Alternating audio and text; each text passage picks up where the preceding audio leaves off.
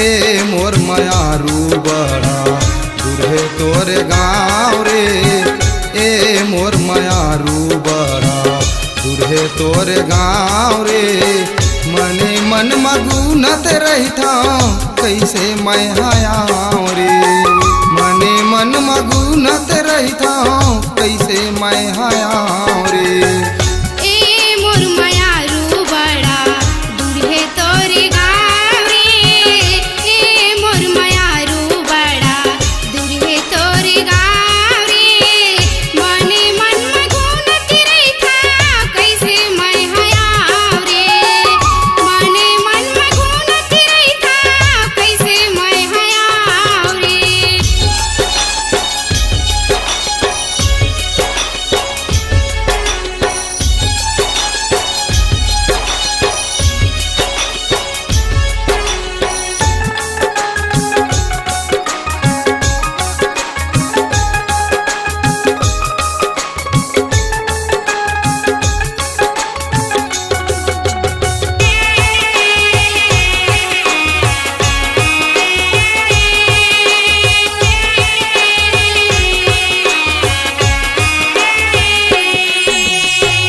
तोरे माया मोला दीवाना बनाए वो।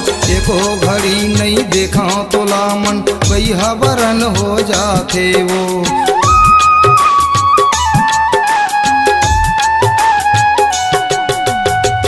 तोरे माया मोला दीवाना बनाए वो। एको घड़ी नहीं देखा तोला मन बैहा बरन हो जाते वो। एको घड़ी नहीं देखा तोला मन बैहा बरन हो जाते वो। ए मोर मयारू बड़ा दूर है तोर गाँव रे। ए मोर मयारू बड़ा दूर है तोर गाँव रे। मने मन मगुनत रहता कैसे मैं आयाँ रे। मने मन मगुनत रहता कैसे मैं आयाँ रे।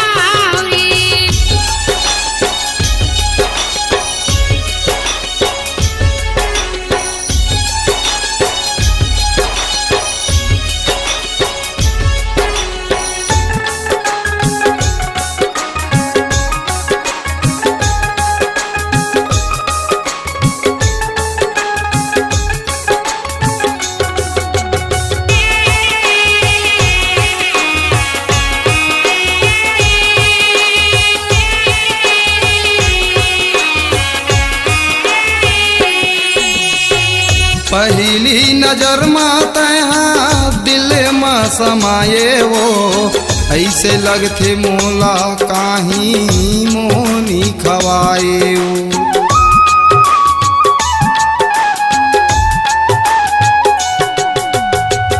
पहली नजर में तहा दिल में समाये वो, ऐसे लगते मोला काही मोहनी खवाए वो, ऐसे लगते मोला काही मोहनी खवाए वो। ए मोर मयारू बड़ा दूर है तोर गाँव रे, ए मोर मयारू बड़ा दूर है तोर गाँव रे। मने मन मगुनत रहता कैसे मैं आयाँ रे, मने मन मगुनत रहता कैसे मैं आयाँ रे। ए मोर मयारू बड़ा दूर है तोरे गाँव रे, ए मोर मयारू बड़ा दूर है तोरे गाँव रे। मने मन मगुनत रहता कैसे मैं आयाँ रे, मने मन मगुनत रहता कैसे मैं आयाँ रे।